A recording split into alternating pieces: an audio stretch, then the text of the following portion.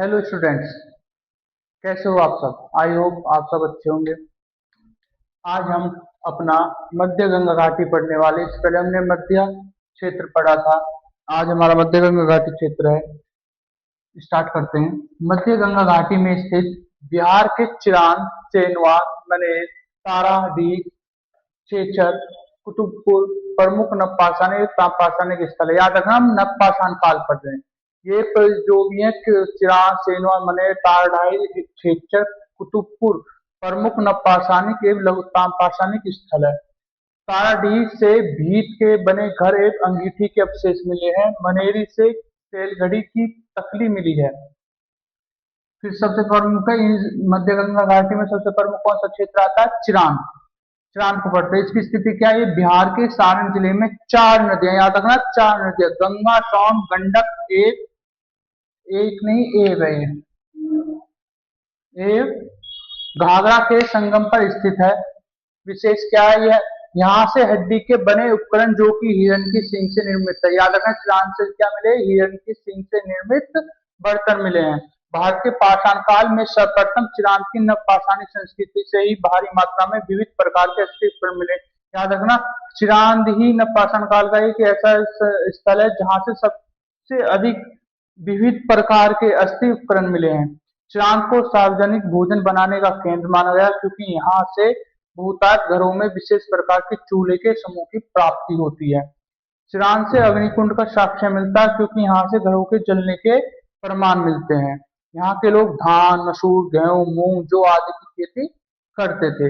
यहाँ के लोग वृत्ताकार झोपड़ी में रहते थे। यहाँ से मरण मूर्तियां मिली हैं जो कि कुबरदार, बेल, नागा, एक चिड़िया, ये याद रखना, चिड़ियों का जो साक्ष्य है सबसे प्रथम यहाँ पर मिलता है। कहाँ से? चिरांद से। यहाँ से मिट्टी की चूड़ियां तो मिली है, साथ ही हाथी दांत की हड्डियों की बनी चूड़ी तथा हड्डी के बने लटकन भी मिले हैं। याद रखना, हाथी की दांत की बनी चूड़ियां कहाँ से मिली है? चिरांद से मिली है। चिरांद से हाथी, बारहसिंगा, हिरण, गेंडा की हड्डियों के साक्ष्य मिले हैं। चिरांद से छिद्रदार नाल यानी कि हुक्का, कलश, कटोरा, काला एवं लाल मर्दभांड, टोटीदार पात्र के साक्ष्य मिले हैं। सांकल्य महोदय के अनुसार यह सभ्यता गंगा के जलोढ़ मैदान में बसी थी, जबकि शेष लोग पहाड़ियों और पठारों पर निवास करते थे। इस संदर्भ में केवल कावेरी तट पर स्थित टी नरसीपुर को ही चिरांद के समतुल्य रखा जा सकता है। अब हमारी बारी है मध्य पूर्वी क्षेत्र। अभी हमने कौन सा इससे पहले पढ़ा था? मध्य गंगा घाट से उससे पहले पढ़ा था मध्य उत्तर भारत क्षेत्र। अब पढ़ेंगे मध्य पूर्वी क्षेत्र। यह छोटे नागपुर पठार में स्थित कुन्नूर, ब्रेकफुट, कोपई और मयूर राक्षी प्रमुख स्थल है। झारखंड के सिंहभूम जिले में स्थित बरूडीह तथा ओडिशा के मयूरभंजन जिले में स्थित कुचाई, बेदीपुर, तुलबडीह एवं गोलबई शासन प्रमुख नवपाषाणिक स्थल है। बेदीपुर उड़ीसा में पी आचार्य द्वारा खोजा गया प्रथम नवपाषाणिक स्थल है। याद रखना, मध्य पूर्व क्षेत्र में, और वो भी उड़ीसा में खोजा गया प्रथम नवपाषाणिक स्थल है। कुचाई उड़ीसा का प्रथम उत्खनित नवपाषाणिक खोजा कौन सा गया था? बेदीपुरा खोजा गया था, लेकिन सबसे पहले उत्खनन किसका किया गया था? कुचाई का किया गया था। उड़ीसा के लेखामोड़ा गुफा से, कौन सी गुफा? लेखामोड़ा गुफा से मध्य पाषाण से नवपाषाण काल तक के मानव विकास के प्रमाण हमें मिलते हैं। पूर्व उत्तर भारत। 1867 ईस्वी में जॉन लुबाक ने असम की ब्रह्मपुत्र नदी घाटी में नवपाषाणिक उपकरणों की खोज की। यहाँ के प्रमुख स्थलों में दाउजली हेडिंग, सरुतरु एवं मरकरडोला है। नवपाषाण काल से ही यहाँ पर झूम कृषि की प्रथा प्रचलित है। ब्रह्मपुत्र घाटी में ही कामरूप में लोअरघाट, मुमती, महलकोटिया, लोहावाला, समीटेटिलिया, गोलपरा आदि स्थल स्थित है।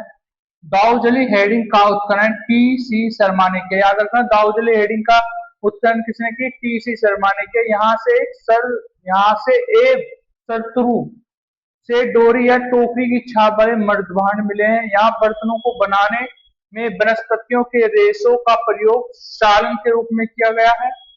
मरकरडोला से काउंली मिट्टी से निर्मित मर्दभांड मिले हैं। गुवाहाटी के अंबारी से नवपाषाण काल के अवशेष मिलते हैं। मेघालय के रोंगरम नदी के तट पर स्थित सेलबगिरी से सूक्ष्म पाषाण औजार मिले हैं।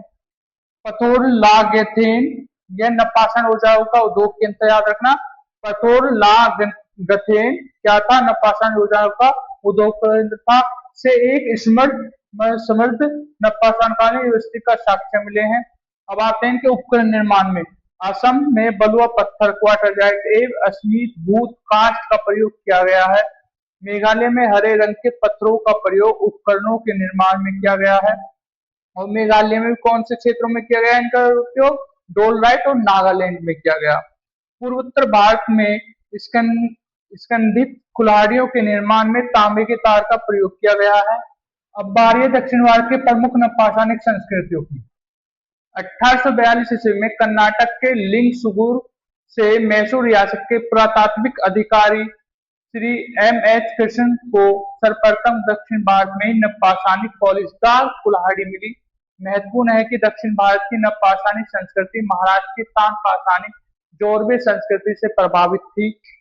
दक्षिण भारत में उगाई गई पहली फसल रागी थी। रागी एवं कुल्थी यहाँ की प्रमुख फसलें थी। कृषिजन्य बाजरा, यानी कृषि जो कृषि द्वारा उगाया गया बाजरा दक्षिण भारत में सबसे पहले इसी काल में आया। दक्षिण भारत में मुर्गा पालन इसी युग में शुरू हुआ था। याद रखना, मुर्गा पालन दक्षिण भारत में कब शुरू हुआ, नपाषाण काल में शुरू हुआ था। अब हम आते हैं सबसे पहले कर्नाटक क्षेत्र। कर्नाटक क्षेत्र के बेलारी से ही दक्षिण भारत में पाषाणों के औजार बनाने का प्राचीन कारखाना मिला है। टेकलकोटा से तांबे की एक आदिम कुल्हाड़ी, पत्थर के चौकोर मकान एवं सोने की एक कान की बाली प्राप्त हुई है। यहाँ से प्राप्त समाधान से 3 शवों की अस्थियां रखी गई थी। बाटगल से सुपारी, सीप का लटकन, सैलगड़ी की कान की नकाशीदार बाली, समाधि सामग्री में मर्द भांड का प्रयोग, पशु एवं मानव स्मरण मूर्तियां, एक स्त्री की धड़ वाली मरण मूर्ति जैसे नवीन विशेषताएं दक्षिण भारत के नपाषाणिक काल संदर्भ में देखी जाती हैं। कोडेकल से हिरण की 3 प्रजातियों के अवशेष मिले। याद रखना, हिरण की 3 प्रजातियों के अवशेष किससे मिले हैं, कोडेकल से मिले हैं, जो कि दक्षिण भारत के कर्नाटक क्षेत्र में आता है। बुदियाल का उत्खनन 1993 ईस्वी में के पेरिया ने किया था। यहाँ से भारी मात्रा में चट पत्थर से निर्मित औजार, सामग्रिक भोज तथा उत्सव, आवासीय भूमि के बीच बूचड़खाना, गड्ढों तथा घड़ों में समाधियां, 10 शिशुओं के शव मिले हैं।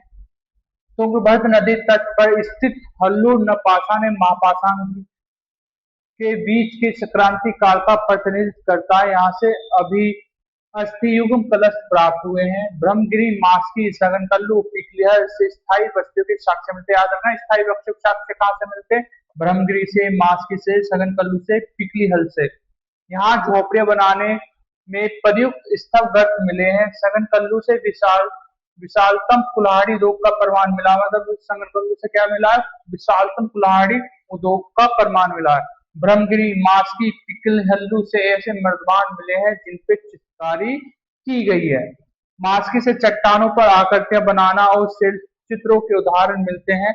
यहाँ से कुबड़ वाले मवेशी का साक्ष्य मिलता है। याद रखना, कुबड़ वाले मवेशी का साक्ष्य कहाँ से मिलता है, दक्षिण भारत में मास्की से मिलता है। अब आते हैं आंध्र प्रदेश। उतनूर, नागार्जुन, पलवाय, सिगनपल्ली यहाँ के प्रमुख स्थल है। आवास क्षेत्र के बाहर कब्रिस्तान का उदाहरण नागार्जुन से मिलता, मतलब जो हमारे बस्तियां थी, बस्तियों के बाहर जो कब्रिस्तान का उदाहरण मिलता है वो नागार्जुन से मिलता है। तमिलनाडु, पेमपल्ली यहाँ का प्रमुख स्थल था। पेमपल्ली कहाँ का प्रमुख स्थल है, वो तमिलनाडु का है।